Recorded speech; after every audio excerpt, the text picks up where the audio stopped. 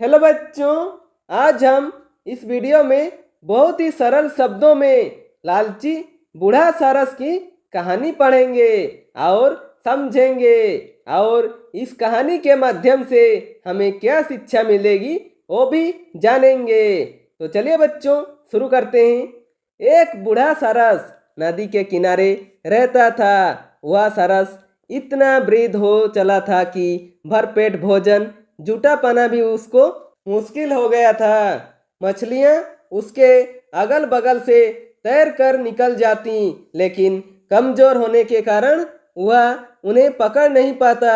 एक दिन वह स्वयं को बहुत भूखा महसूस कर रहा था, क्योंकि पिछले कुछ दिनों से उसे खाने को कुछ भी नहीं मिला था। निराश होकर वह नदी के किनारे बैठ गया और रोने लगा। एक केकड़ा वहां से गुजर रहा था। उसने सारस को रोते देख कारण पूछा।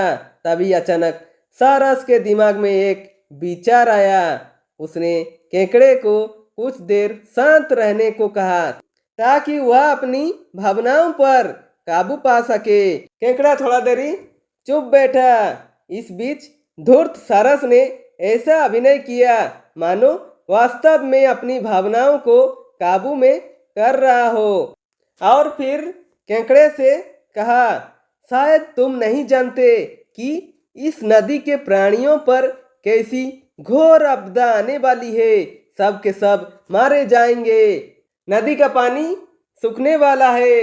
यह सुनकर केकड़ा हैरान रह गया और कहा, क्या?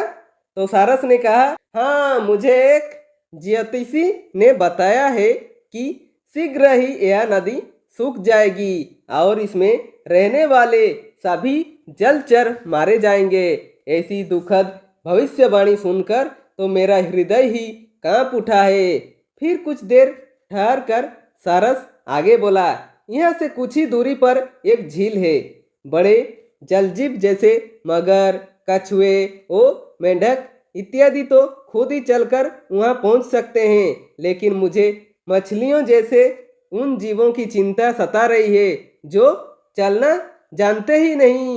बिना पानी के तो वे निश्चय ही मर जाएंगे। यही कारण है कि मैं इतना उदास और दुखी हूँ। मैं उनकी सहायता करना चाहता हूँ। यह खबर सुनकर सभी जलचर सन्न रह गए, लेकिन वे यह सोचकर खुश भी थे कि उनकी मदद को सारस वहाँ आ चुका है। तभी सारस बोला, यहाँ से कुछ दूर पानी से लबालब भरी एक बहुत बड़ी झील है। मैं सभी असहाय जीवों को अपनी पीठ पर बैठाकर वहाँ ले जाऊंगा और उन्हें सुरक्षित उस झील में छोड़ दूंगा। सारस के इस प्रस्ताव पर सभी जलचरों ने हामी भर दी। उधर सारस भी अपनी कुटिल योजना पर अमल करने को तैयार था। सबसे पहले उसने मछलियों को पीठ पर लाद कर ले गया, लेकिन उन्हें झील पर पहुंचाने के बजाय एक पहाड़ी के पीछे गया और मछलियों को मारकर खा लिया।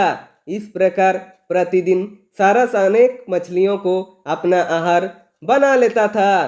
कुछ ही दिनों में उनकी सेहत सुधर गई और वह हट्टा कट्टा हो गया। एक दिन केकड़ा बोला सारस से कि मित्र, लगता है तुम मुझे भुला चुके हो। मेरा तो विचार था कि उस झील तक जाने वालों में मेरा नंबर पहले होगा, लेकिन अब मुझे लगता है कि तुम्हें मेरा जरा भी ख्याल नहीं। तो सारस ने कहा, नहीं, मैं तुम्हें कतई भूला नहीं हूँ। वह भी रोज रोज मछलियाँ खाते खाते उब चुका था। वह इसमें बदलाव भी चाहता था। अतः वह केकड़े से बोला, गुस्सा थूक दो मित्र, आओ मेरे पीठ पर बैठ जाओ। केकड़ा प्रसन्न होकर सारस के पीठ पर बैठ गया और चल दिया झील की ओर। सारस की गतिविधियां केकड़े को पहले दिन से ही संदिग्ध प्रतीत होने लगी थी, और आज केकड़े को लग रहा था कि उसका संदेह तनिक भी गलत न था।